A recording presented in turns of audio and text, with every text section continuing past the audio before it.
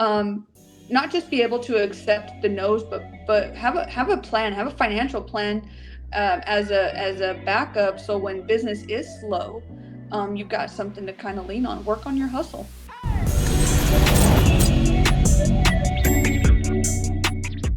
We good. All right, so we live then. What's up, Instagram? Who's that? We live like Channel 5. Latino Ghost. Huh, I like that name, Latino Ghost. That's what's up, man. Hey, thanks for joining us. Hey, so we back again, man. We got your co-host, Bobby, Miss Bobby Lopez, out there on the East Coast still representing. How you doing tonight, man? Fine. It's cold still.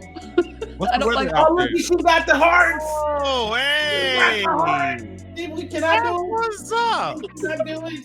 No, I can't do it. No, don't do that on mine. Nah, that was pretty cool. I wonder if I throw up a C with some Crips come out running. Let's not, Corey. Let's not. How cold is it out there, Bobby? This morning it was like 35. I did like wipe some frost off of my windshield before I left the parking lot and stuff. Sheesh. I've got thin blood. I prefer the heat over the cold weather. Cause you from Texas. Right. And then we got our host Corey. How you doing, sir? You already know it's the main man with the game plan.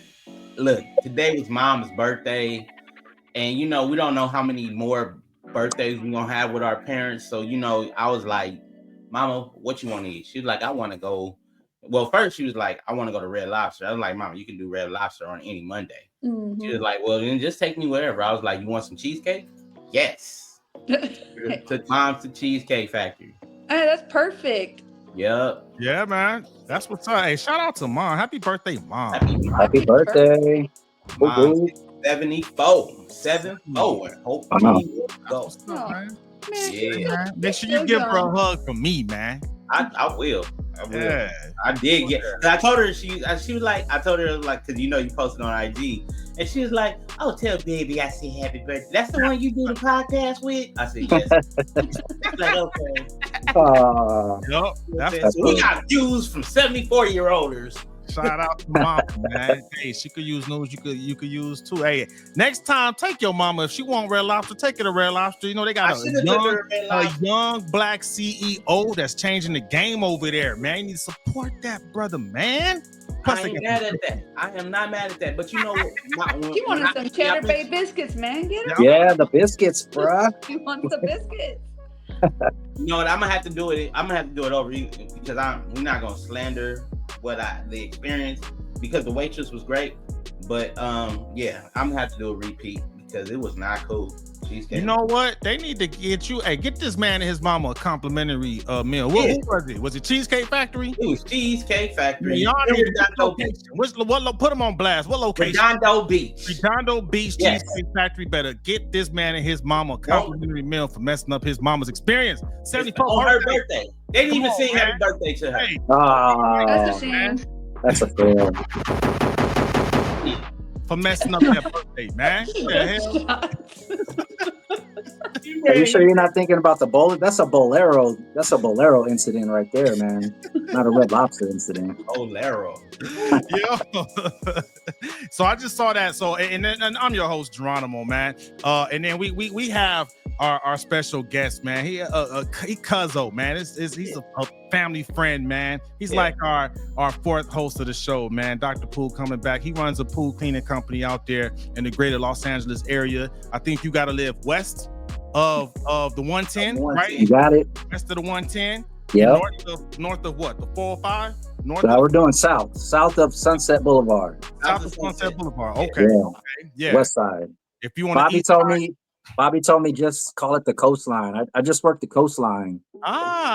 So okay. I think we saw our homegirl Keisha. Shout out to Keisha, man, out there. What up, Keisha? Gardena love, man. She was like, "What about AZ?" Oh yeah. Hey, what up? There's a lot of pools in AZ now. She was my winter formal date. Oh, way back then. Yeah. We took it back for real, man. Wait a minute, is this the Keisha? This Keisha used to live out in there. I mean, she was out here. She used to live out in Arizona. Green Eyes, right? She's still in AZ. Yeah. Green eyes, right? Yep. Oh, I remember Keisha. Hi, Keisha. Yeah. She was like a sister to me. Say what? She like a sister to me. Nah, she like a sis, man. She people, man. She people. What's up, Keisha? Thank you for joining. Yeah. She's doing the damn thing out there, man. I forget the name of that city she lives in, man. But she be building like her own patios and she be getting it in, man. Like Cool. You would get along with her, Bobby. I get along with everybody. I'm over here trying to find the peace. We can always find common ground, my friends. Always find common ground. Oh, But no, I say that to say because I ain't built nothing. So I mean, y'all, I'll sign off on the project, but I'm not building nothing, man. So I signed off on a project before I left my house, and my husband went to Lowe's last week, and he started the project last night, and has been sending me little snippets of the progress and stuff. Hell yeah. Yep. Hell yeah. That's what's up, man. I have a whole new looking living room by the time I get home. Hey. Nice. Yep. Hey, Corey, Creative Native said, you the chef, Corey. You should have just made her a cheesecake. Man, you know what? I thought about it. I should have. I was Hey, real talk, man. I thought about cooking because I made her a cheesecake the other day and she loved it. I would But- be mad if you didn't cook for me, Corey. I'm Well, gonna see- get Cheesecake Factory. You know, when you ask the question on your social media, who's hungry? Your mama. Your mama was hungry. Your mama. My mom was hungry. I know you mean it well, but it just sounds so bad. Yeah. No, I didn't mean it like that. Like, you know, like it sounded different in my head. You're just That's how it always "Mama." is. Yo mama.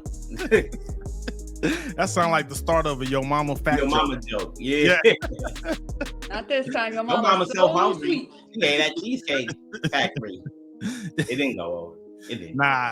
I mean, and they messed up your meal. But anyway, man. So yeah, we brought Dr. Poole back, man. We doing something a little different.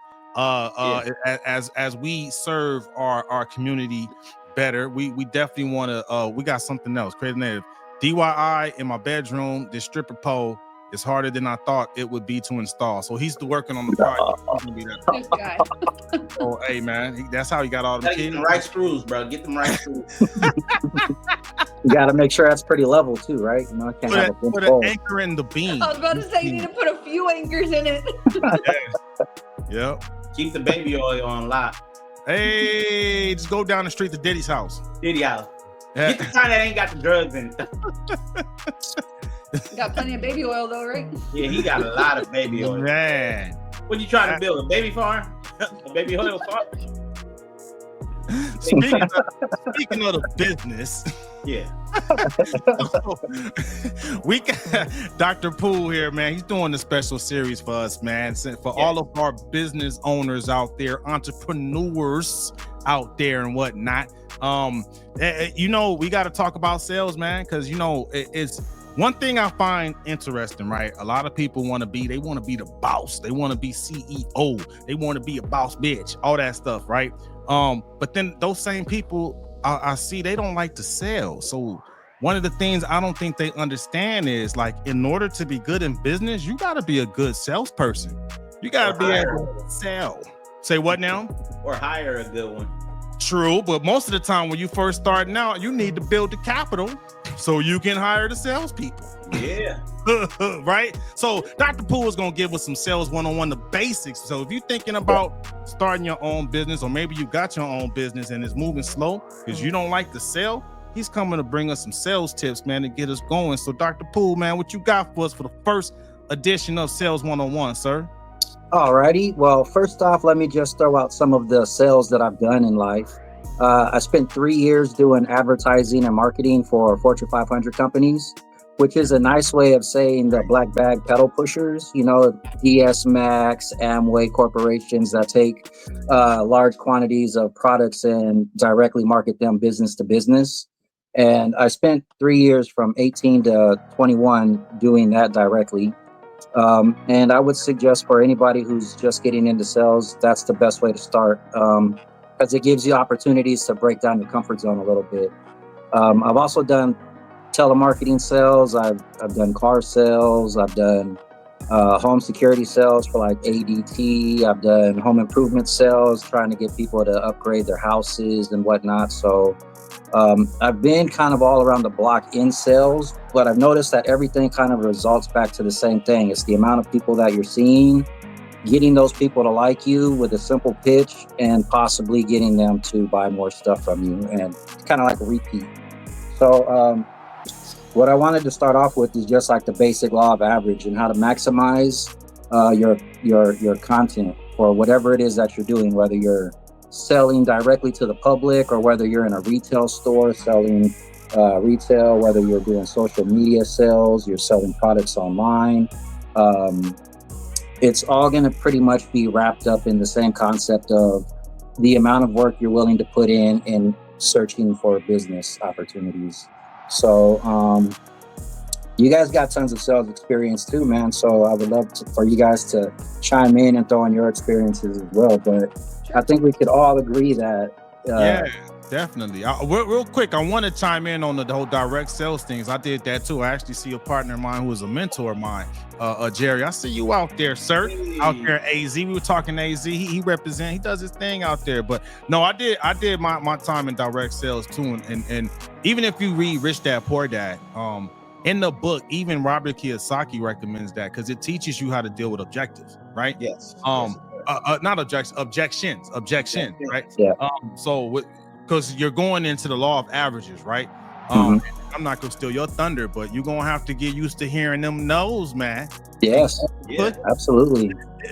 And you know, the critical thing about it is the more no's you get, the bigger the sell it could be sometimes. Like when I was doing marketing, the goal was to get like a 1 out of 10 close. You see 300 people, you should get about 30 sales. If you go out there and you're pounding the pavement, it's going to take you about 6 to 7 hours depending on where you're going to market at.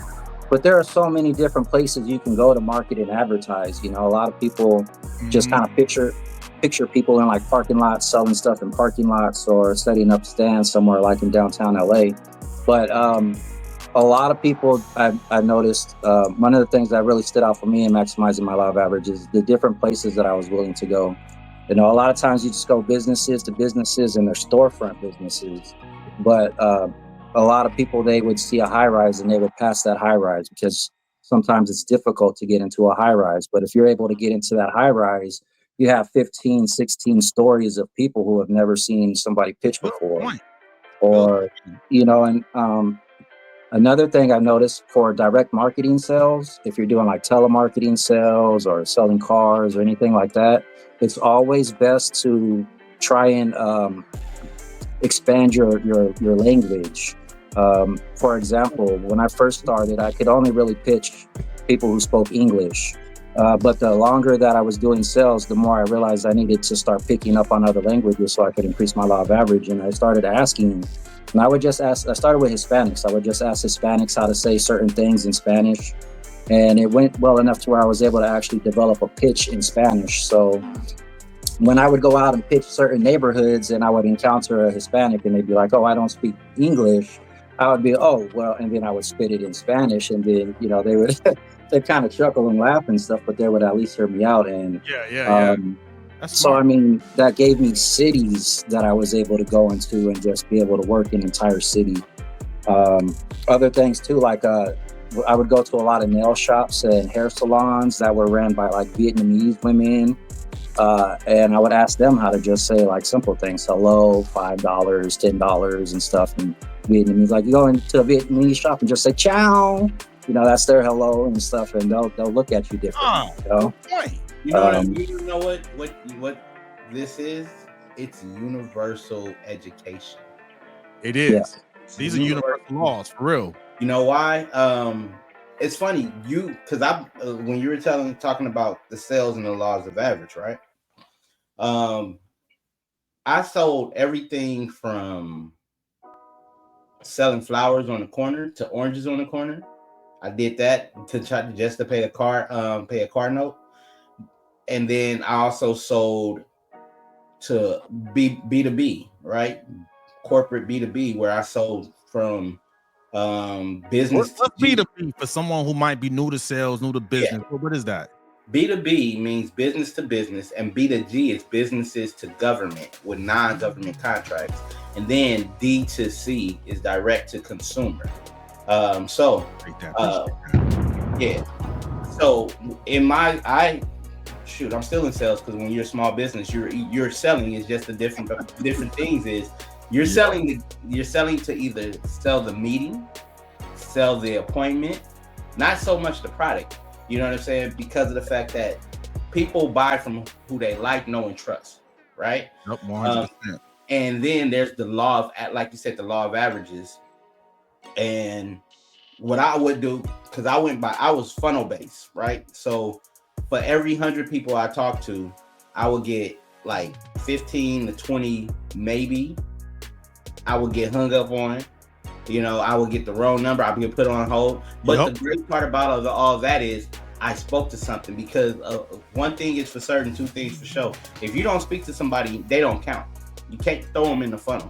And that's the problem that a lot of people that wasn't successful on the teams that I was on and around. Because I went winning circles back to back, and then in corporate, the corporate sales, and then in retail, I went winning circle. So, you know what I'm saying? The total amount of no's you got to get in order to hit a quota is fantastic. The thing about it is, my goal was to get as many no's out the way. You know what I'm saying? Once you get past those no's, and that right there, you're bound to get your yes. And depending on if you're doing high ticket sales or low ticket sales, depends on how well you're going to eat. Yeah. Good point. You know, to put it in a different way, man, when I used to teach, I used to teach sales classes to our IT students. They needed to know how to sell themselves to get the job, right? That was the reason why we taught that. And we used to teach sales techniques and concepts to help build your soft skills, right? Because sales is all about building and nurturing relationships, right? So, because I remember when the students would come in, they're like, I didn't come here to learn sales. I'm like, yes, you did. You just didn't know it. You know what I mean? Because like the technical stuff is easy. Anybody can learn that. But the part that really takes time and practice are the soft skills, knowing how to build that connection, knowing how to ask the right questions, because you got to ask the right questions to see, is this a good fit? It's like dating. It's just like dating, man. It's no different than dating. You gotta have a pitch for everything. Yep. You gotta have a pitch for everything, even when it was coming to me. Why? Like when I remember when I was trying to get my girl, you know, trying to get my wife. I was like, you know what I'm saying? I never lied to her, but I was 100% honest with her. But I always knew that I can't talk to her like I would talk to the homies. You know what I'm saying? I knew that based off of my observation, I was like, I gotta talk to her differently.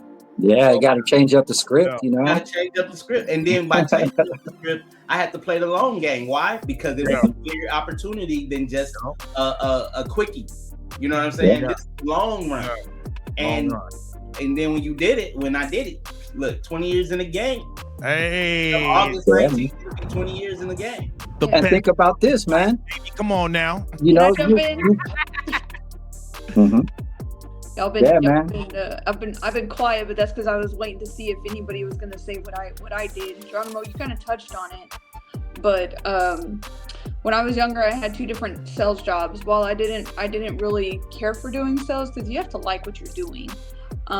There was just no long-term gain in it for me, so I didn't want to pursue that. But one of the things I did pick up from it was one thing you really got to do. You got to practice your pitch. Yeah. Know what you're gonna say before you sit in front of people.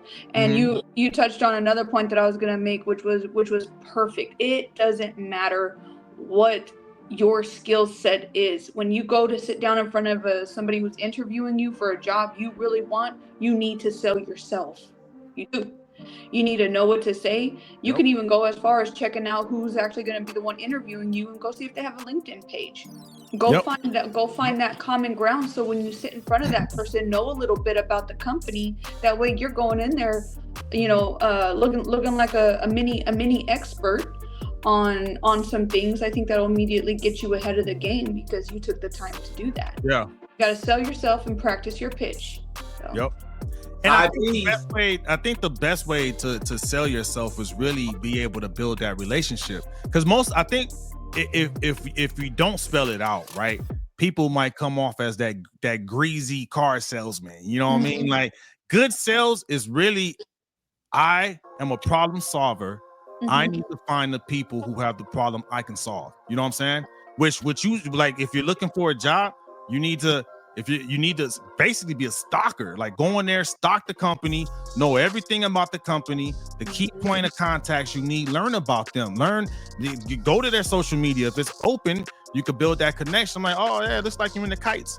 And I just threw out a random thing, right? If you have an organic connection that you could talk about, I just so happen to like kites. I like to go to kite festivals, right? So anything you can find out that you can use to build that relationship, you got to put that work in. And that's where tying it back to the law of averages is going to take work, baby. Because like you said, I think what you didn't spell it out, Dr. Pooh, but what you're saying is a loose close average is maybe 10%, right?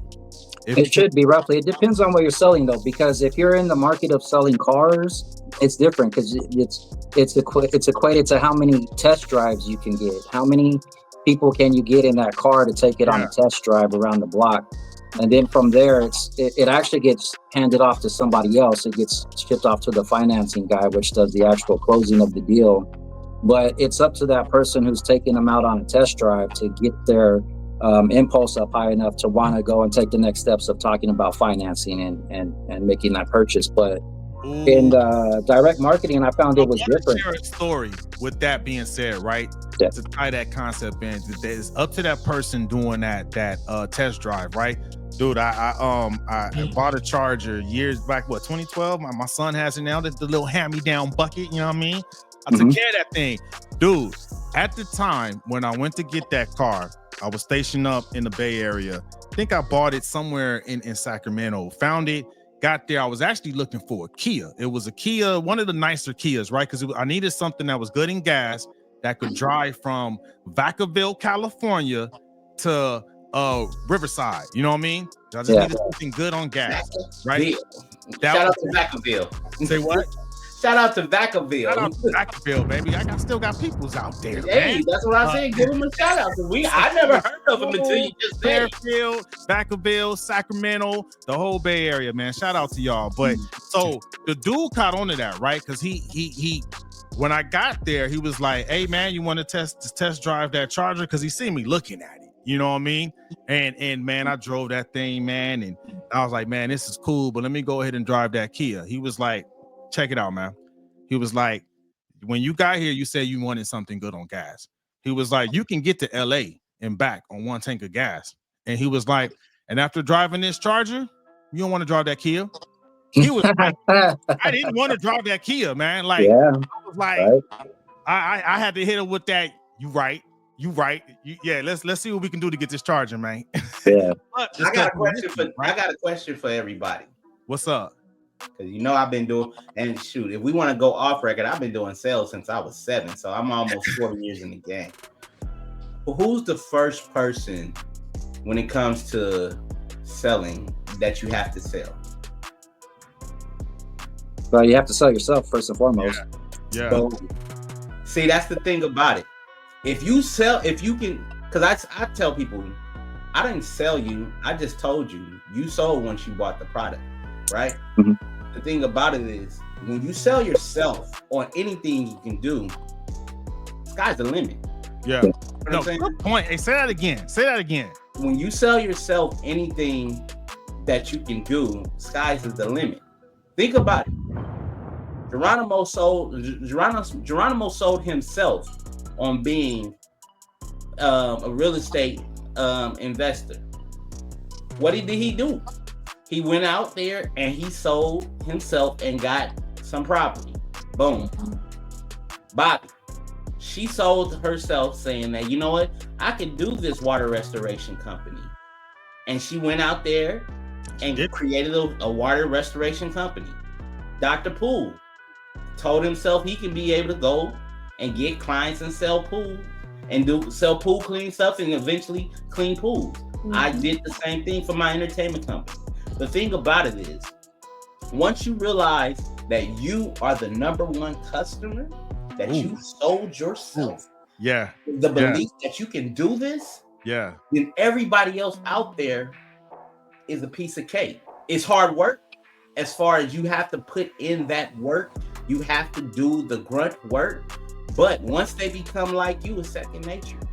Yeah, that's why they say, that's why if you like normally get into sales and you're just starting off, they tell you to try and pitch your family or your friends. You know, you want to pitch the people that are closest to you. But, you know, just to make a point too, you know, I was going to mention that when I was doing direct marketing and sales, it wasn't always a 1 out of 10. Like there were some times where I'd just go and I'd pitch 50 people, 100 people. I'm just getting shot down left and right. And that type of business, it's good to have a quick pitch so you can just get in and get out there and increase your law of average. But I noticed, and it happened every single time, whether I got 60 no's, 100 no's, 20 no's, the next yes, they always bought more. So like, let's say I could go and I got a great product. I'm selling one to everybody who I see. Boom, boom, boom, boom, boom. I got another product that's not as great and everybody's telling me no. And then I turn around and I drop a case on to somebody, you know, and they use it for reselling purposes and stuff like that. So, you know, you just want to really make sure that you don't give up. And that another thing a lot of people do in sales, and I see it all the time with myself when I walk through like grocery stores or whatnot, and people are selling like Verizon this or Girl Scout cookie that. A lot of people, they prejudge.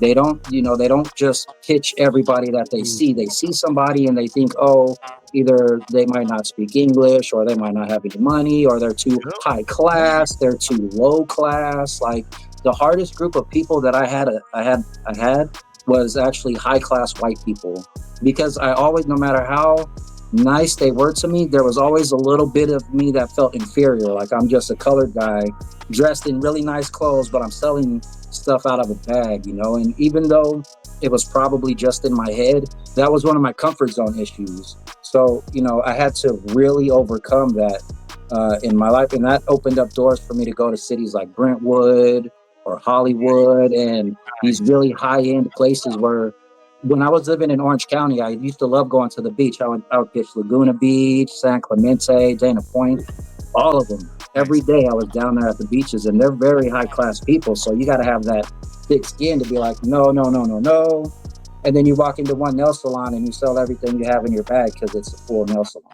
you know? Ooh. But so prejudging, you know, pitch everybody. Don't be afraid to. Homeless people got money, you know. You'd be surprised. You'd be surprised who has money. But you guys are absolutely right. I mean, if a person doesn't like you, it doesn't matter how good you spit. They're not going to help you out at all. You know, they're not going to do nothing for you. But I got great sales pitches I can share with you guys later. And there's another thing called impulse factors, which is what that car salesman used on you, Gmo. He used a fear of loss and an indifference impulse factor on you. Tugged at your heartstrings a little bit. He did. Well, my ego. He spoke to my ego. Straight up. Like, yep. I mean, hey, I still got the. Well, I don't have it. My son has it now. So I mean, I look at it. It was a good buy. You know, it was a good exchange. You know, because that's all sales is. That's business. Not only that, it's good history. Think about it. We're having this conversation because of that salesperson. Yeah, he was a good salesperson. He did what he was supposed to do. Yeah. You know what I mean? Like, hey, I forget the name of the movie, man. And Alec Baldwin, he was like, when someone steps out on that lot, are you man enough to take their money?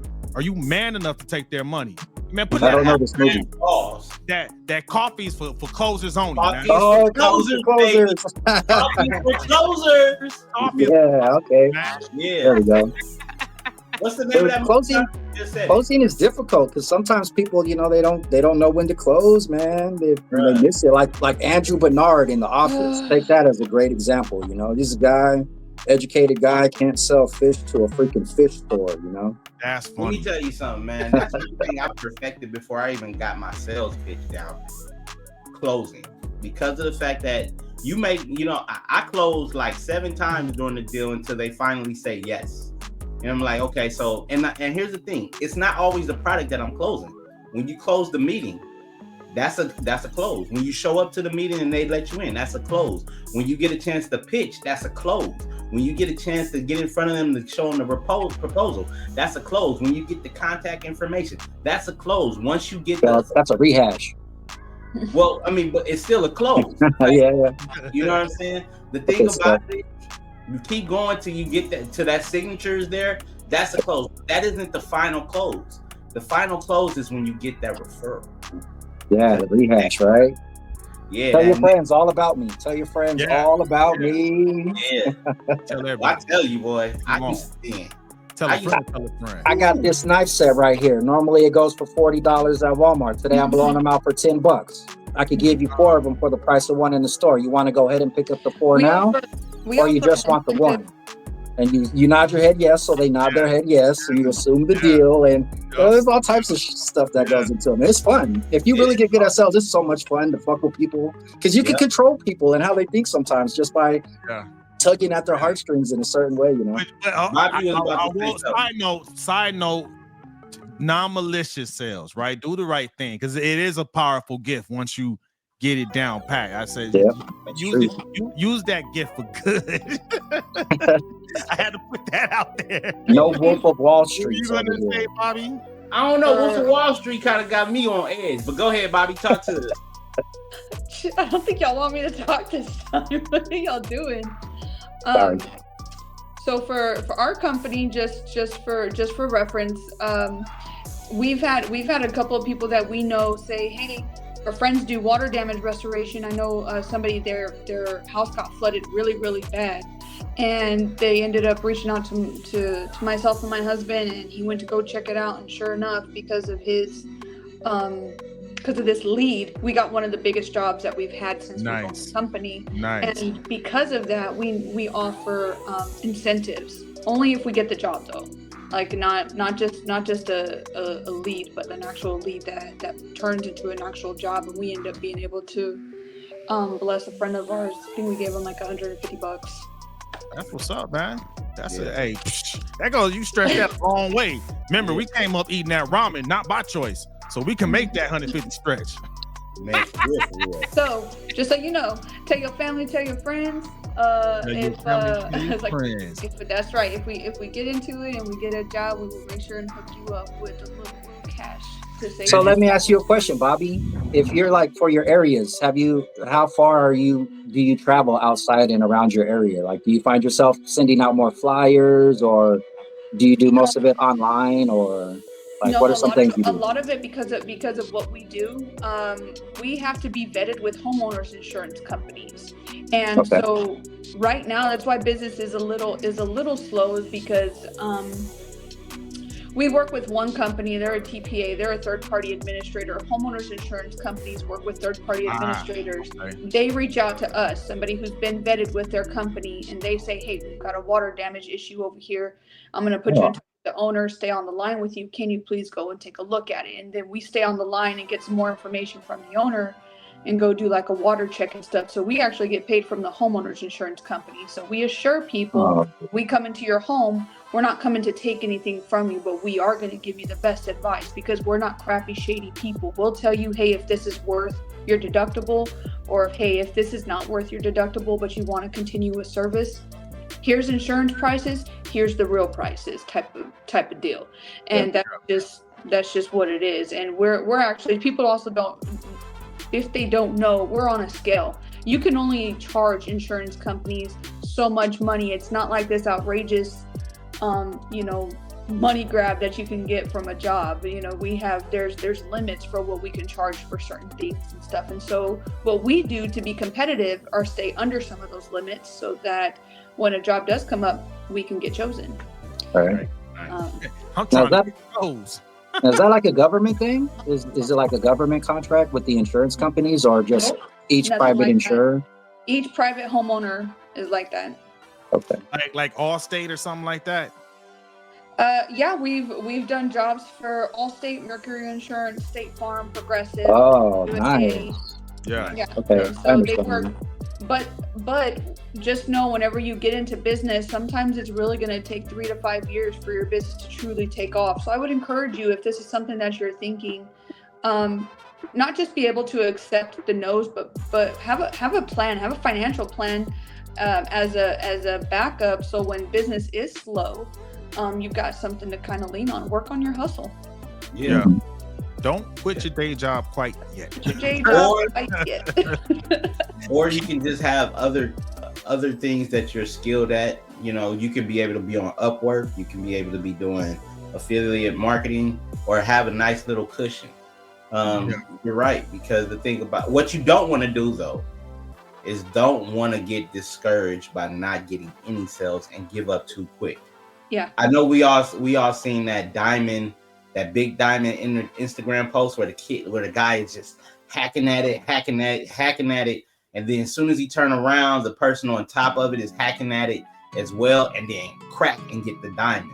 Right? Yeah. You don't want to be the guy that or the girl that turns around because we didn't stick with it.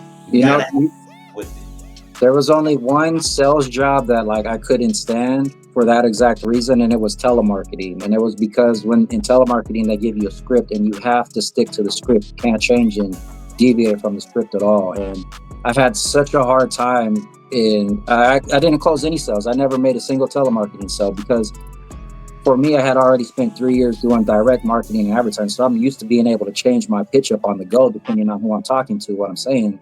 Right. But when you got a script and you have to stick to the script, it makes it so much harder to close on some sales. Man, telemarketing sales for me was the only sales field that I would say avoid, because not only is it you have to rely on getting yeses and nos, but you have to memorize a script too. Yeah, I did telemarketing sales for 2 weeks, and my uncle got me the job. God bless him and rest his soul. My uncle Alex. I got fired after the 2 weeks because they were like, he doesn't stay on script. Like he makes calls, he gets on the phone, but they like him. They talk. His conversations go longer than the whole 2 minutes that they supposed to be on the phone. But he never sticks to the script, and I was like, I can respect that because of the fact that I'm a hustler. If I know that something's not working and I got 8 hours to do something that's not working for me, I'm gonna switch it. Yeah. Corey, you're like, well, your script sucks. Okay. Yeah, for real. Your script sucks. Mine's working. Yeah.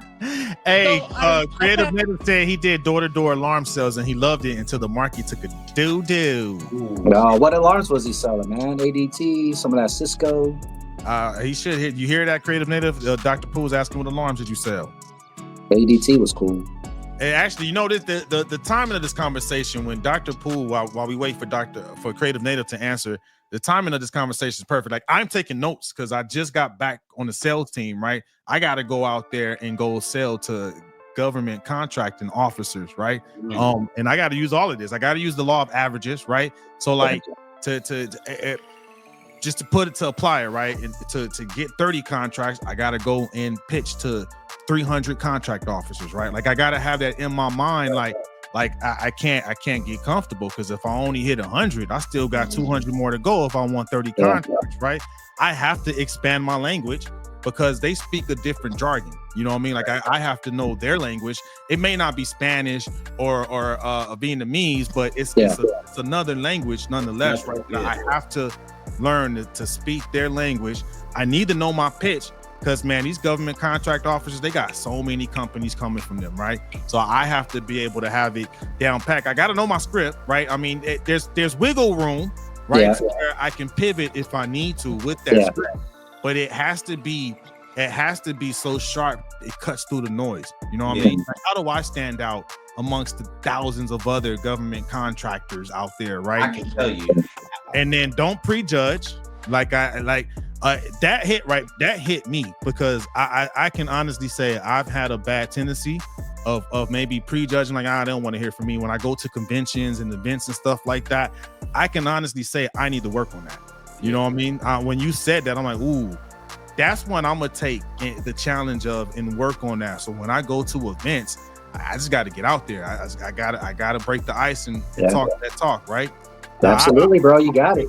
You know, one thing I do want to say though, I think the biggest, like, when you close real big deals, that lets you know what type of area of sales you want to be in.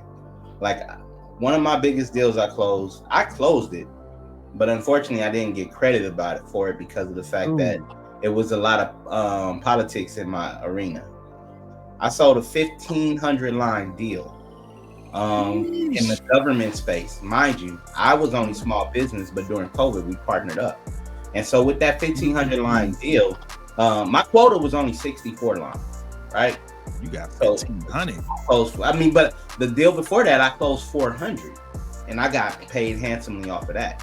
So when you close those bigger deals, you realize that the same amount of energy you spend selling a 10 line deal. Good point. You can sell a 10,000 line deal. You start swimming in different pools because you figure like, hey, okay, well, if I sell, because the law of average works whether it's a multi-million dollar point, or if it's a small company.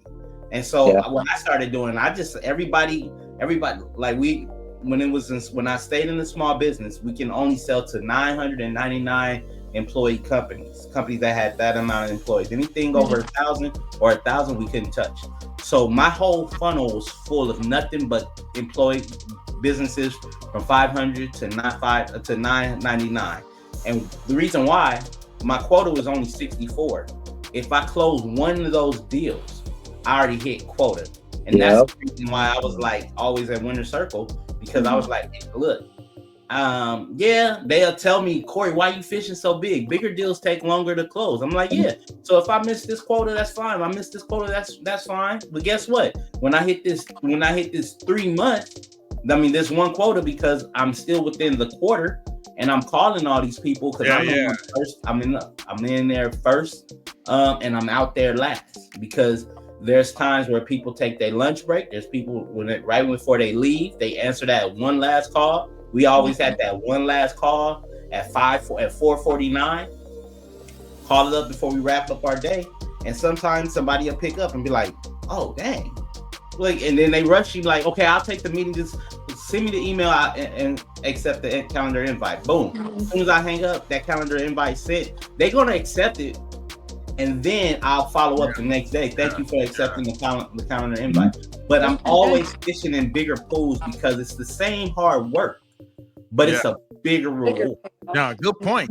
Excellent point, man. Again, I'm taking notes, man. Damn, bro. Because I'm telling you right now, if I'm selling to $1 million contracts, when I know $10 million is the same hard work I gotta do, good point. I'm doing $10 million. That's great for real estate and car sales too, man, because sometimes you got to be willing to go a long time without making money. And knowing that when you do finally sell that house, that big market house, or that you do sell that Lamborghini, you just made enough money to last you 2 years, you know? I'm internalizing that twofold, right? Because we Amanda and I made a decision. We're gonna start off with land lots. We're gonna focus in that swim lane first. Same, like when you said real estate, same, and then same on the contract side, right? Like this contracts have a longer life, a sales life cycle, right? So it can take 6 months to 2 years to actually close on the contract. You know what I mean? So this all of this is helping me, man. Got an answer for you, Dr. Poole. Creative Native said he was doing ADT, or ADT bought Envision, the company he worked for, because they were taking all their customers. So he was with Envision. All right. Yeah. I got ADT. So that man, they be hitting them.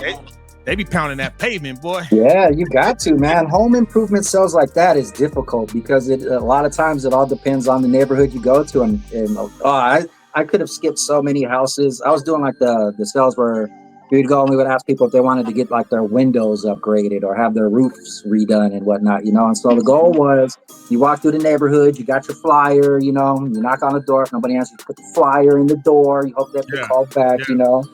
But every now and then somebody answers that door and you got to talk to them, you know. And what were you going to say, Bobby? At my old house, I would laugh because there was people that would come by. They're like, "Hey, we're here with the solar panel company," and I'm like, "Bruh, You would think you would get a quick satellite image of this entire street before you start talking to people.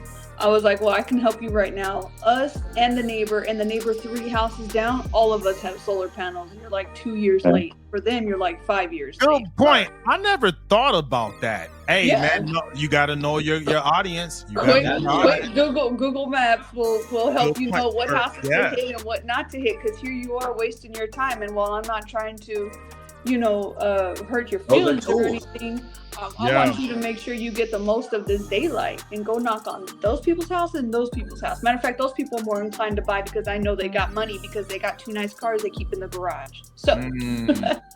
Or no, they don't have the money because they spent the money on them cars. Nah, No, I was gonna say one of the hardest jobs that I've probably ever had was in sales, hands down. I absolutely hated it. I sold life insurance. I was a registered life insurance agent for the state of Texas, Wow. and I absolutely hated it. There were times where they're like, "Oh, this was it was commission only," and I wasn't used to that. And so I would be at work for like 12, 13 hours a day, and they still wanted me to stay late and cold call. And I'm like, I am not getting paid to sit here for 14 hours and listen how to read off of scripts. And I would get in trouble too, because I'm like, I'm just not flowing with this though. Like, this sounds stupid. Yeah. And I was like, well, if I'm trying to learn how to do this script, what if somebody interrupts me like I just did to you? And I remember the person that was training me, she was like, well, you can just kindly tell them to wait till the end of the the video. And I was like, I'm not going to do that. I think that's rude. If you've got a question, let's handle it right here and right now, because the last thing I want to do is waste your time, and I don't want you wasting mine. Yeah. And because I'm understanding that, I don't want to go inside. Like, we just didn't do, I think, a good enough job of even checking people before we went. I got a face-to-face with a lady, and we would get inside of people's houses by selling them on the child ID cards, the pamphlets, because they put their number in something. They wanted a child ID card, so we would come and we would help them fill that out and everything. But what they didn't know was we were using that as a reason to come into their home. So this one lady, it sounds so shady, which is part of me was like, I just don't feel like this is right. We ended up going to this one lady's house, and when I sat down with her, I could already feel something was wrong. And I was like, and I was with one of our lead sales guys.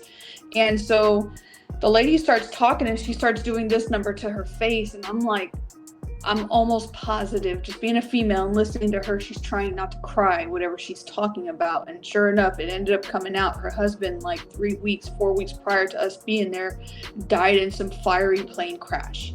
And because I was there to sell life insurance, I was like, all right, I'm so sorry. Here are your child ID kids. Good luck to you and your grandchildren. Like, I told that guy, Cody, I was like, I am not going to do this. That lady is already having a hard enough. I am not going to do this. I'm not. I don't know how much money it could cost me. I was like, I imagine she already had life insurance too. There's a great benefit to having life insurance, but it was hard to sell it because they were wanting me to do it a certain way. And I just couldn't do that. And, that goes back to, you got to know your audience too, right? Yeah. That would have been very unethical, I feel like, and immoral too, man. You gotta walk away from a job feeling that you did not just yourself good, but the customer good as well. Yeah. I didn't even feel defeated. I just felt terrible for that lady. We just showed up at a terrible time, and she didn't even have to accept my invitation to even get those child ID cards that we were trying to get to her. Mm-hmm. That was just terrible and stuff. Nah. Well, I mean, at least you had the heart, and you were a woman enough to just walk away. Yeah. Hey, I think that's a good point too. Like, you gotta know when to walk away, man. Know when to walk away, and because also too, if you wait too, like, you got to use the law of averages. You got to work the numbers. If you spend too much time on a deal that ain't gonna go, that dog ain't gonna hunt, dog. Yeah. Go to the next one. Go to the next one. You know what I'm saying? Your no should be fast. No. If they say no, I don't. Okay, good. Okay, thank you. Boom. The way I was taught. People. Hey, what? My husband prefers I talk to people because he'd be like, let me get my wife. What are they trying to sell you? Nope, man, I appreciate your time today. You've done a fantastic job. I like your pitch. Good job, but this ain't the day for you or for the Lopez family. So have a good one. Hey, what the way I was taught, yes, no, tell me quick, I gotta go. You know what I mean? Like, Yeah. and I'm gonna do you a favor and tell you just no, we're not interested because I know you need to work your numbers. You know, I'm not time, man. I got respect for the craft, man. Hey, real quick, Creative Native said when he was doing alarm sales, houses with the alarm signs or stickers on the windows were the easiest deals. The irony. Hey, man. A lot of times those people, they leave it up. No, they'll leave their stuff up to try and trick people into thinking that, you know, they have security, even though they really don't have security. That's true. Even when you repitch something, it's cool if you notice somebody's already got like windows or satellite or something, maybe you could get them, maybe your offer is cheaper than what they're already paying or something like that, you know? So you never know. Sales is weird, but you guys are right. You got to be prepared to just cut and run when you need to cut and run, because I got people I got to see too. All right, no problem. Thank you. Maybe I'll see you later. You know, and you got to take it as water off the back, man. You got to you have to have a buy quota and a no quota. Yeah, I mean, if you're finding yourself stuck, you know, there's impulse factor called a fear of loss that you could use. You know, so hey, I'm only going to be here today. I'm only here today for an hour. You know, if it doesn't work, no problem. Then you use indifference. No biggie. All right, I'm out of here. I hope you have a good day and you leave on a good rapport. That way, the next person who comes later, you know, doesn't just get shooed away. Because how many times have you tried to go somewhere to sell something? They're like, oh, no soliciting. I've had bad experiences with salespeople and stuff, you know, so. I mean, you can catch me on the right day. I mean, that's how I got my Kirby. That's how I got my dang it, when you said it, solar panels. I mean, you catch me on the right day. I'm like, actually, I need a good vacuum. What's up? I guess what? I got sold on 2 Kirby's. Let me tell you something. That sales rep probably got 28 no's before they got to you. Hey, they were looking for me, boy. It's like somebody gonna say yes to me, and you have to say that to yourself. Yeah, somebody's gonna say yes to me. Yep. When you get that yes, you're gonna be able to say, I spoke that into existence. Yep. Get through the no's to find those yeses, man. I was gonna say, I felt like that when I was single. I was like, somebody's gonna say yes to me. I don't know who they are. Yeah, relationships too, man. It's the same. Yeah. Think about religion. Like the Mormons got it down. How often are they knocking on doors trying to get people to subscribe to their religion? You know, like they're pounding the pavement too. You know, evangelists out there. You want to bring people to Christ, go out there and pitch people on Christ. You know, see 300 people a day. I'm sure 30 of them will come to church with you. If not, at least one. And then they might get saved and baptized or something, right? There you go. You know, our church ended up having to move from 3 services to 4 services merely because of social media. Right. We were the word out. Putting out so much social media, and then we ended up having where we've had to change what we're doing, people who are serving the church, because there's now so many people there where parking is becoming right now too. That's you too. I'm calling churches right now. You know, I even put an ad. So what it is, and we can move on to the next subject after this. It's pretty much I found the need. I found the need, and I found it, and I know it's affordable. And the thing about it, it's like it's what you guys need. So now I'm just calling 100 churches to get them to say, one of them to say yes. Boom. Working those numbers, baby. Working those numbers. And you know what? You make a good point. When you're working your numbers, you got to know your niche. You know what I mean? You have to know your niche. And when it comes down to knowing your niche, your target market, right? When the rule of thumb is you dig that hole an inch wide, but miles and miles and miles and miles deep. You just dig in, man. Because then now you know you got the right solution for the right problem. Because that's really what it's all about, right? Like when the bad salesperson and when your solution doesn't match my problems, you wasting your time, dog. Like, exactly. That's you know what? That's good for like kids, right? Because when kids, you know what I'm saying? When you figure out that your kids, remember we all sold candy. I know we all sold candy to either churches, to fundraisers as a kid. You know what I'm saying? And I was the one who was like, you know what? What if I give you 2 for $3? They'd be like, $1, but I know, but you're helping me out, right? Boom. That was a sales skill. Yeah. I grew up, and you know what I'm saying, my mom didn't have to say, well, Corey, you should be a salesperson. I kind of knew it because I liked the gratification of a close. I didn't know it was closed. Yeah. I just know I got what I wanted. It's the thrill of the hunt, baby. You know as a kid, as parents, you know what I'm saying? I don't want to, I know I'm pivoting, and I know, Bobby, I want you to go ahead and take the reins from me. You know what I'm saying? No, but it sounds like you talking about that there's a need to talk to kids about work ethic and teaching work ethic. Is that what he's kind of alluding to? That's where I'm going to. That we want to teach kids good work ethic. How do we do that? This is a real good transition, because technically speaking, we want to make sure we're giving you news that you can use, and because you know, just about everybody who probably listens to us, or even everybody here that's on the show that's a host, all of us have kids. And we want to see better for the next generation. We want to see better than what all of us had or were given growing up. And one of the best things that you can do, we're going to be hitting up these parenting topics to let you know that how is it that you can, how can we better build the next generation? And that's by setting the good example, but by instilling a good work ethic. Talking to your kids about what it takes to be successful nowadays, learning how to manage their time correctly, making sure that when their alarm clocks go off on the morning, you're not supposed to hit snooze 7 times. That's not normal. You get up, you get your feet on the ground, you stand up and you stretch, and you get yourself ready for your day. And but snoozing is so great. I'm sorry. I don't. And I tell my kids it's probably one of the worst habits you can get into is continuously snoozing. By the time my alarm clock goes off, no lie, within 12 seconds my feet are on the ground and I'm standing up and I'm moving and I'm getting my day ready.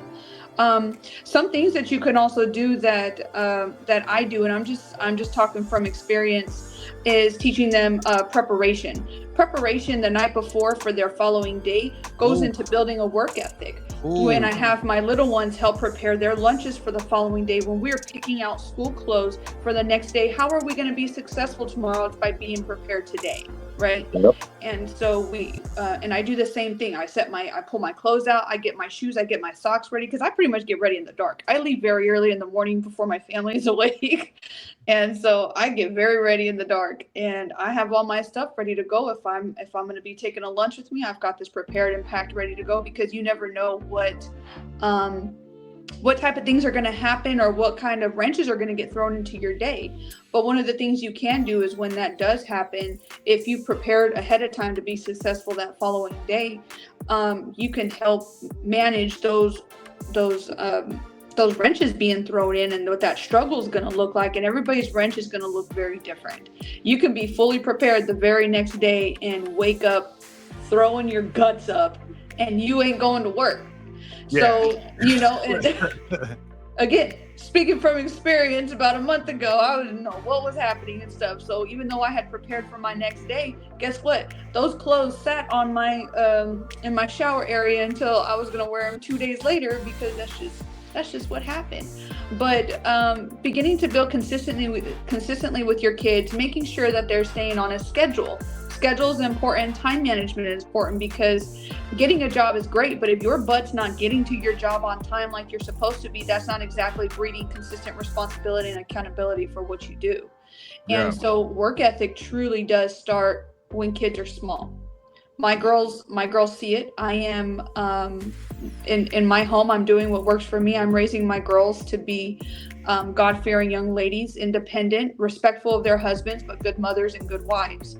And there is nothing wrong with that. There's nothing wrong with that. That's what I'm doing for my children. But there's nothing wrong with building that work ethic and getting them out there to get your hands dirty and see what hard work looks like, to see what the rewards is that you reap from the hard work that you put in throughout your day. And it doesn't look the same for everybody. You do what you can for your kids. If your kids are doing something good, give them a little reward. Take them out to grab an ice cream at Dairy Queen is a big deal. You're building memories, but you're also letting them know that at the end of the day of the hard work, there's going to be a reward for the time and sweat that you took to put your best foot forward. No, that's dope. That's dope. Again, I was taking notes here too, man. Teaching kids how to manage their time. That's, dude, kids could be so successful if you can like instill that in them at a young age, man. Because even nowadays, I know some adults that's not that good managing their time. I'm just saying. I know that everybody's households are different, but in our house, I could tell you what has worked for me. Our younger girls, they have an alarm clock in their room, and so if my husband doesn't walk into their room until 7:15, their alarm clock goes off at 7. The expectation is that they are up by the time my husband goes in there. They have their rompers on and their white collared shirts that they wear to school, and they've got their shoes on, and he's going to be ready to get their hair done and get them breakfast. So they've already completed a couple of tasks without adult supervision, but that's because we're setting the standard. When this alarm clock goes off, we get up, we put our clothes on, and we start our day. We get our teeth brushed, whatever those morning tasks look like that don't require adult supervision. And mind you, Mercy's 5 years old. It is okay to start kids young. Yeah, hell yeah, I support that. Doing other little things around the house, like I encourage my kids. I will wash your clothes. I will show you how I fold, but you will put them away. That is not my duty. My duty is to make sure that you get cleaned up, which I've completed. And now it's your turn, and making sure that children are a part of the tasks. There is nothing wrong with that. This is how you build a work ethic. Yeah. And you know what? In today's climate, I foresee the workplace going back to the old school, man. It's gonna be the strong that survives, man. Yes, it is. Like all kidding aside, like put politics aside, man, what's going on with Doge and everything, they are trimming the fat. And if you showed up trying to get that everybody gets a trophy type mentality, nah, fam. If you can't, if you show up and you get asked, tell me what you did last week, and you can't answer that, you know what I mean? Like, you're not the right person for my company. Just keeping it. We got to get the kids ready for that, man. Like just because you pretty or you can dance on TikTok, you know what I mean? Like that may not pay the bills. No. You got to be ready to work. So my daughter's about to be 16, and I've told her, when you go out into the real world, it is a competition.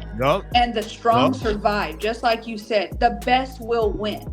I told her, so when you show up, you're prepared, you're ready, you look good, you know what you're gonna say, you practice your pitch, you will be successful. You will get selected above your peers, because I'm building this work ethic. I know you don't like it, but this is how our character begins to form. When you begin to learn resilience and learning from those struggles and building off of them and being better because you struggled, this is a good thing.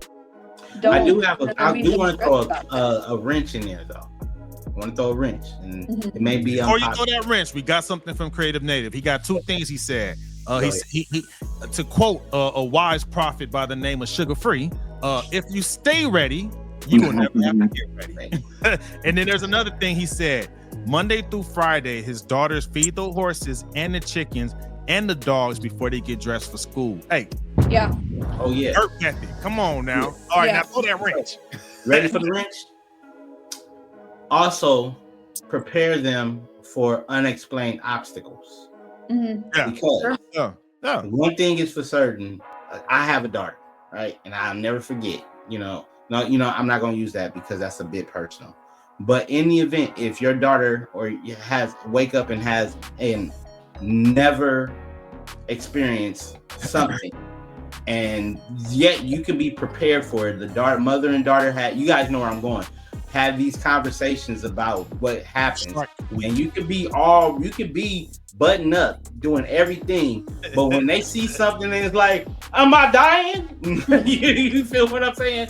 You have to be able to be like, okay, hold on, this is how you bounce back. You got to give kids just in case, like, okay, just in case you wake up and you sick, okay, this is how you bounce back from this.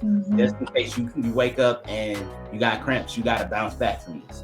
These are things that we also got to instill with them, because if we getting them prepped, and they can be ready and they can be doing these things, but then when life throw a curveball, because everybody gets a curveball, we don't want them to be like, well, I wasn't prepared for this. Yeah. I mean, and we kind of talked about that last week when we were talking about micro parenting, right? And not clearing all the obstacles out of their way, right? You gotta let them struggle, man, so they could be ready for life, man. Because life don't give a fuck. Yeah, you know what I'm It's saying? gonna get them, man. Yeah. Life be No, life. no, When we say life be don't give a life, good damn about life be life in. Life be life in. Man. We're giving some good parenting techniques from when Dr. Pooh becomes a parent, because he don't have kids yet. He may have a buy. Hey, what? He's all, not that I know of. I don't know if you want to share it. No, this is great advice because I recently started dating a girl who has a couple kids, and one is 13, one is 10. So I'm gonna be listening to everything you guys have to say about parenting from here on out. No doubt. My youngest is buy one get two free deal. Yeah, man. Came up.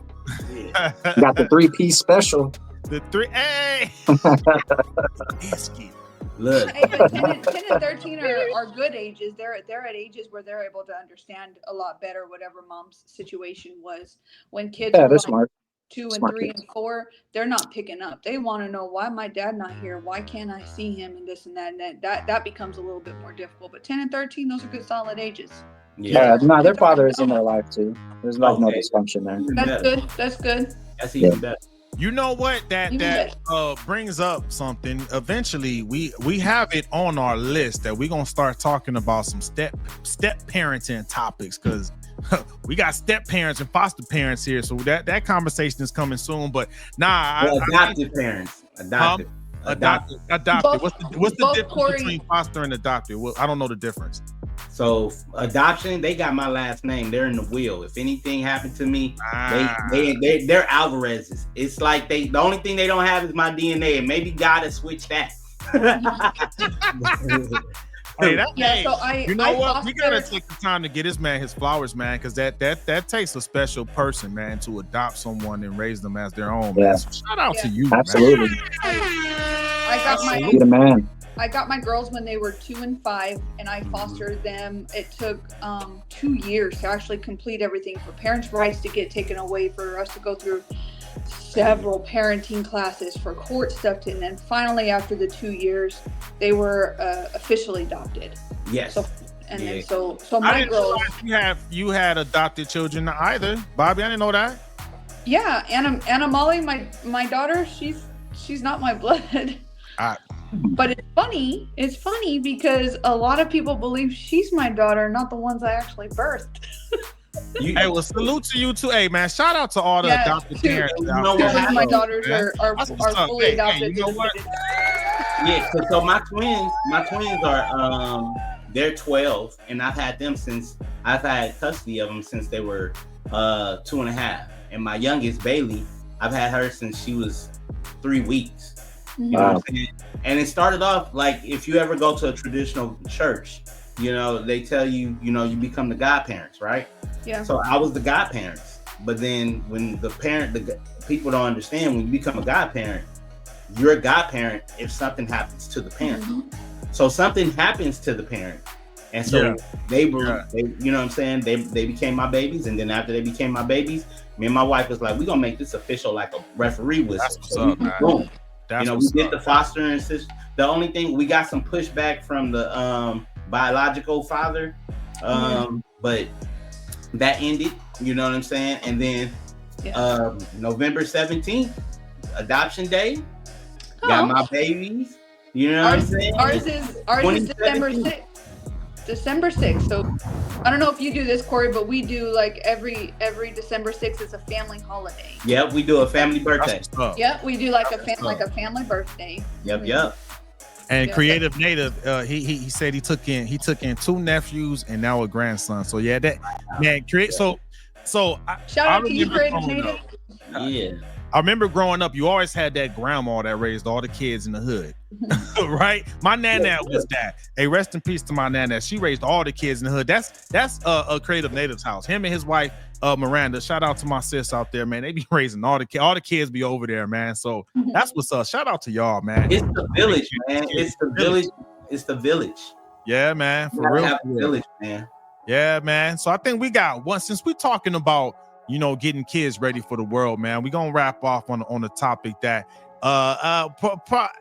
it's one to talk. You got to talk about it, man. Dr. Poole wanted to come on here too, man, and give us some survival skills on what to do when you get pulled over, because this is something we got to teach our kids too, man. So go ahead and take the mic, sir. Yes. So I have been an adult for quite some time now. I have been pulled over many occasions, dating back from teenage years till today. I found that that I seem a little bit older now. I'm not getting pulled over as often, but I think it's because I do things like I don't ride around in a car that has really, really dark tinted windows. I normally take my hat off when I drive, to not give the impression of any toughness or anything like that. But when I do get pulled over, I've always been able to not really talk my way out of it, but talk my way out of it. Like, I've never been to jail. I've never been on probation or anything like that, but I've been harassed by the police a lot. And I've always found, there's a comedian you could follow who did a special on it too, but if you could just follow this sequence of events, you should be able to get out of at least going to jail, maybe even get out of the ticket itself. So if a cop's pulling you over and you don't pull over right away, you're going to make it harder on yourself, period. So if you, I remember, Geronimo, you were telling me one time you were getting pulled over, but you drove a little bit to where it was lit. You wanted to make sure that the area was lit, which is smart, but that could have made your stop a little bit more difficult, right. In the eyes of the cops. So this is what I do. Cop comes up to your car, you want to be prepared, you should already have your car turned off. And I find if you put your keys on top of the dash and they see that it's on top of the dash, then it's like, all right, this guy, he's familiar with the technique. He knows what's going on, I always keep both of my hands on the steering wheel when they come up, and these are just basic instructions that if you've been pulled over, these are what the cops tell you to do anyway. They say, put your keys here, put your hands on the steering wheel. So if you're already prepared with all that stuff before they get to you, they're a little bit more at ease. The biggest thing that I noticed, though, with a lot of people who are dealing with hard times with police officers, they are the ones who always tend to not show the authorities any type of respect. And we got to be able to respect these officers in an authoritative state. If they're asking you for your driver's license, it's not a big deal to give them your driver's license. I don't understand why people are always like, oh, I don't have to show you my driver's license. I know my rights. And they turn what could have been something very small into something big.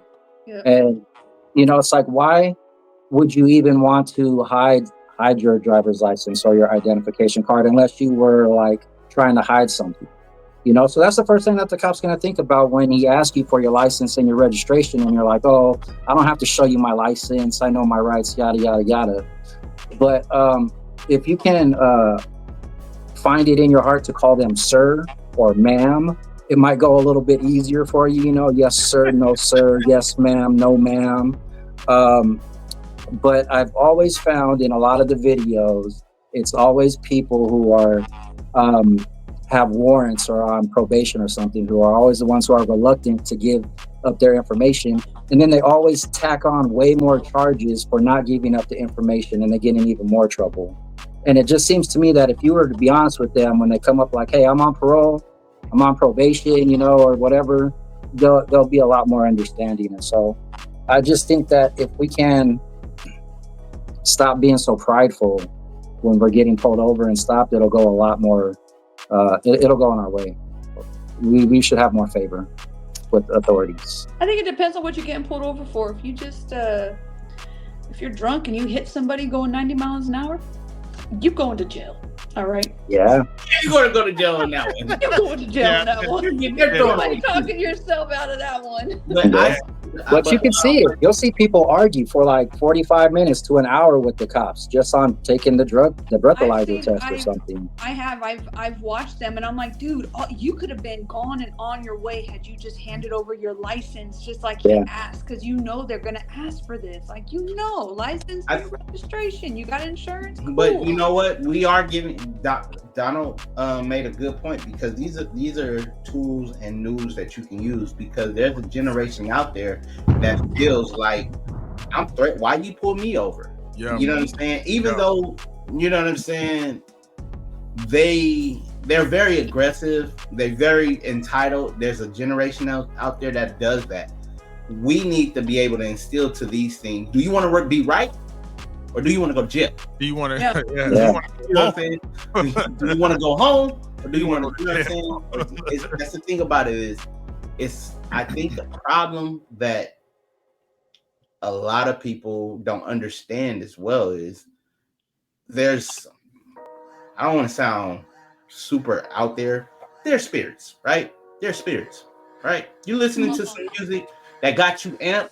That's a spirit in that music that's inside of you, right? So if you listen to y'all gonna make me lose my mind up in here, and then police pull you over, right? Get out You the amp on way. DMX, right?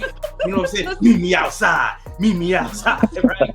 Police pull you over. He just turned down your energy, so you already in.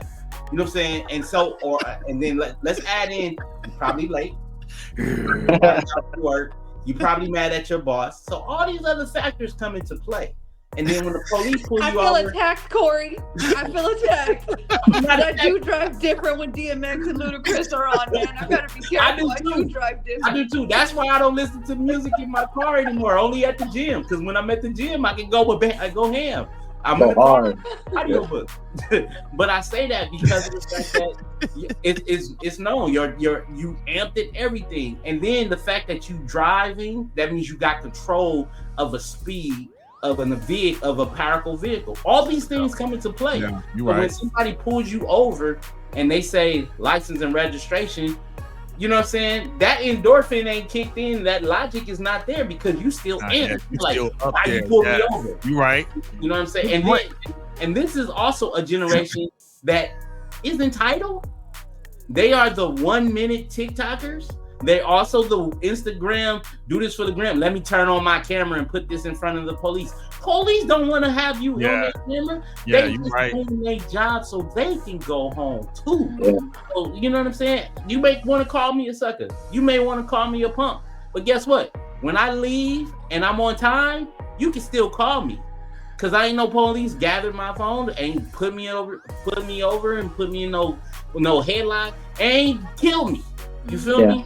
I think it's just a respect thing too, you know, like this next generation just it's like they don't know how to have the courtesy of respecting someone who is in an authoritative position because it seems like society now is trying to take away authority from people who have been placed in authority.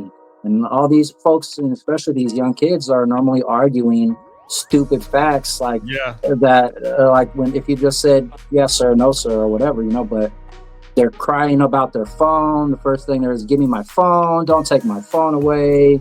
These young people are like, I need to call my mom. My mom come and get me, and yada, yada, yada. And there's no accountability. So this is what I can say to that generation. Learn how to remember badge numbers fast. Learn how to hold your temper. Understand that you do need to know your rights, but you don't have to express them right then and there.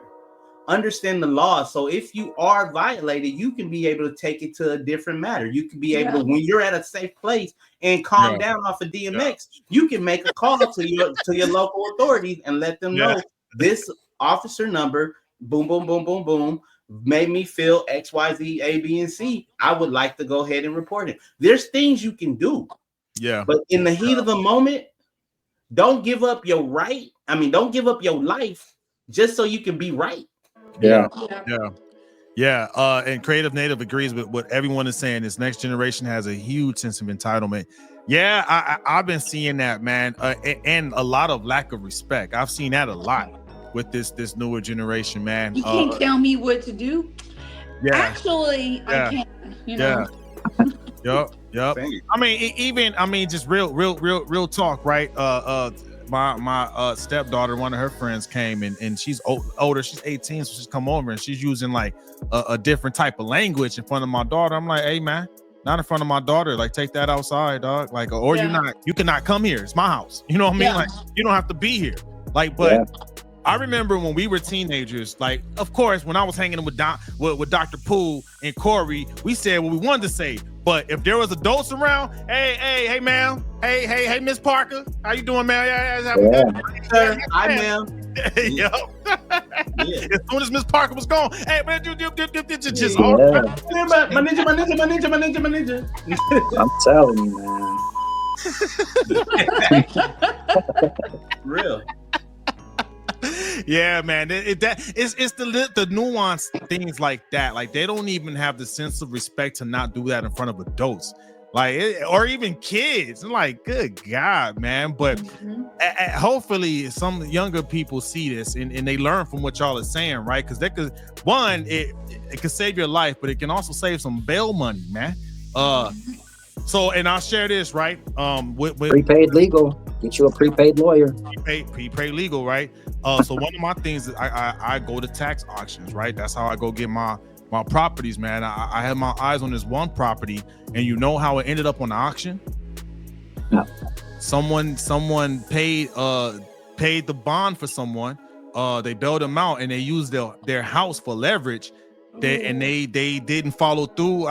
What's the term when Foreclosed? Not foreclosed, but when they don't make good, they skip bail. They skip bail, so they took the house and the county auctioned it. Remember, I told you about the bonds. Bonds can get you out of a lot of stuff. Yeah, so because that can happen, right? Because that's freaking terrible. Because you wanted to be in your feelings and be ego and be right, and you end up in jail. In your family, your brother, or something puts their house up for bail, and you skip bail. Now your family losing their house because you were an idiot. You an idiot. You know what I mean? Like, yeah, man. You really ain't invited to Thanksgiving at that point. Hell nah. You know, with the police force, I would say there's one place where maybe DEI would be beneficial, because I've been noticing too, like all women now don't want a male police officer to touch them in any way. They're always saying, I want a female cop. I need a lady cop here.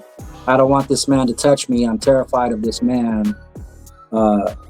So there's an instance where, hey, maybe we need to hire more lady cops for the ladies, because they don't like to be submissive to a man. Because I had that misconception of what DEI was too, and one of my HR friends gladly corrected me where DEI is different than what you're talking about. Because DEI is more so like awareness programs, right? Like understand different cultures, so you try not to offend them and stuff like that. What did she say? There's different equal opportunity programs that are not like specific DEI that speak to that. You know what I'm saying? Like I got corrected.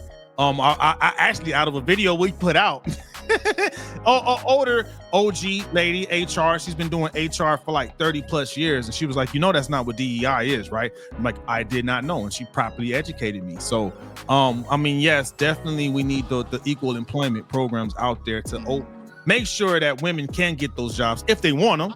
You know what I mean? Because I don't know how many women want those jobs. I don't know. I'm not a woman. Bobby, I gotta follow your lead on that. That's a hard job. I was already a soldier for 18 years. Like that's already a hard job. But to be a police officer, man, they're dealing with a lot of stuff on the daily. It's not like we're seeing something on a deployment. They're like deployed every day to every day in the field. In the field. It's hard enough, but Dr. Poole, last week I had talked about like women who are predators and manipulative, and I know that there are some women out there that are like, oh, you can't touch me, I want a woman cop and she needs to be over here, and then women begin to control the situation when you're the one who got your ass pulled over to begin with. Yeah. So I don't want to say I'm trying to be the angel advocate here, but like there's always going to be two sides to that. But I do agree with you. I'm not here to argue that. I absolutely agree there should be more women, but we want to pick the right kind of women who cannot bring emotion into the situation and be able to handle that situation and stuff. And I think they're out there, and let's hope that in the next generation there are going to be women who do want to step out into those harder roles, because you can't there can't be no geek off the street. Hey, you know what I mean? Hey, regulator. Count up. You gotta earn your keep. I like how you did that. So a little bit of respect goes a long way. I like that. You on to something. We're gonna cover it eventually. We do have a topic about women that we're gonna get to. we gonna get to it eventually, one of these episodes. But I we think should do it this month though, because it's Women's History Month, it's Women's History Month this month. So we definitely.